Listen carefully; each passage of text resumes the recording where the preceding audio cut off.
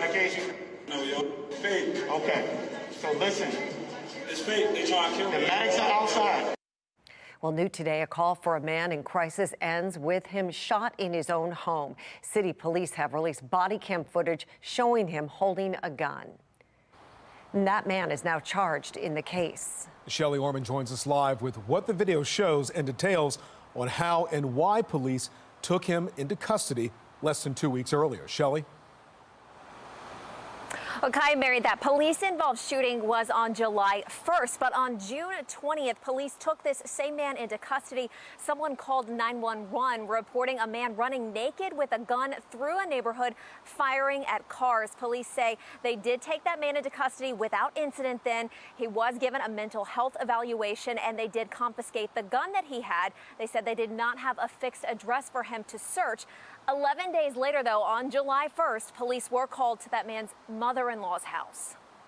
This Baltimore police body cam video shows officers interacting with a man around 3:30 in the morning, July 1st, after his mother-in-law called 911. Having an episode or something? Yes. Is he violent?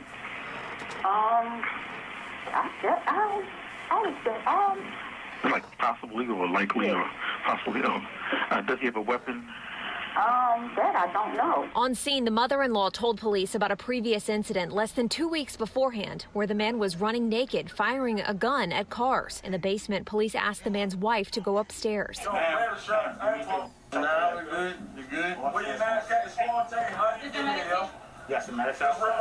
They talked with the man for more than 10 minutes, police say, until he pulled out a semi-automatic handgun. Fake medication? No, yo. Fake. Okay. So listen. It's fake. They trying to kill me. The medics are outside. You can see there he has pulled a weapon from his right pocket. In this case, we had to send in police because the medics and the paramedics and EMTs could not and did not go in until we rendered it safe for them to do so. Commissioner Harrison says 3 officers were on scene. 2 fired their weapons. 1,500 of our officers, including these 3, have been trained in 3 different behavioral health training programs offered by the BPD. He says soon all officers will undergo 40 hours of crisis intervention training. The department's current partnership with mental health professionals is not on call 24 hours a day.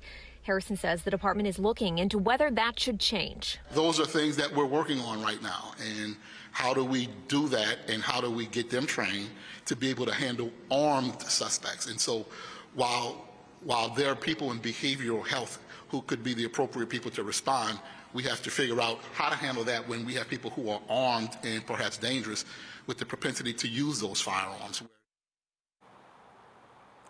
Now, police have not yet released the man's name, citing HIPAA laws. They say he is in stable condition. He has been charged with assault.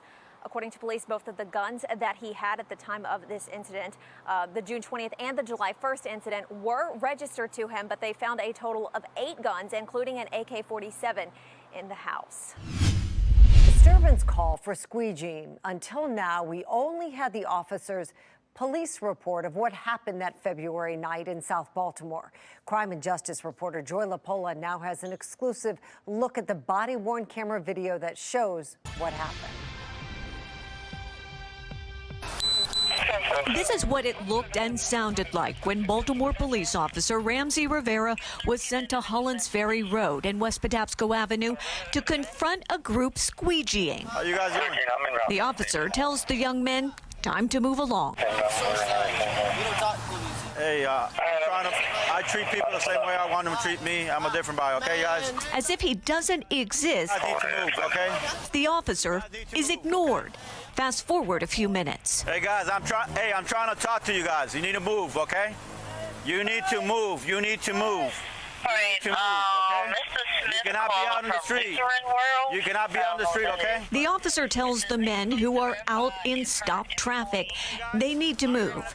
He says it not once or even twice, but 4 times. I'm trying to work with you guys. I don't want to lock you guys up, okay? As it becomes clear the squeegeeing is not going to stop, the officer radios back to dispatch. Can you have another unit respond to my location? As Officer Rivera waits, he decides to approach the 2 young men yet again, This is the officer's third time. I don't mind you guys. You're earning a buck.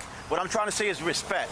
The young man you see here wearing the headphones is Devontae Carter, according to his mother, who sat down and spoke with Fox 45 News after the incident. I can't discipline him. He's 19, about to be 20. While she may not be able to discipline her son anymore, she can still be disappointed by him. It was wrong. Should have never happened. What should not have happened was recorded on the officer's body-worn camera, which ended up off the officer and on the ground. Get over here. Get over here. I need to see your ID. Stop right here. Stop right here. Stop right. Give me your ID. Show me your. Hey, sir. I need you to stop, sir. I need you to stop. I need you to stop. I need you to stop, sir. Yo, hold this, yo. Yo, hold these, yo. Hey, hold these, yo. Yo, get out of me, yo. He's biting me.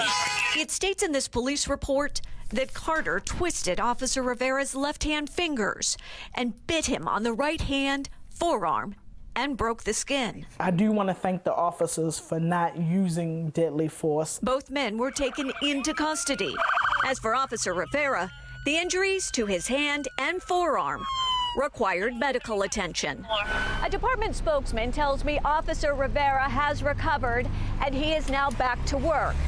As for Carter, well, he's no longer in jail. In fact, he's right across the street from me, with his friend involved in that February 11th incident.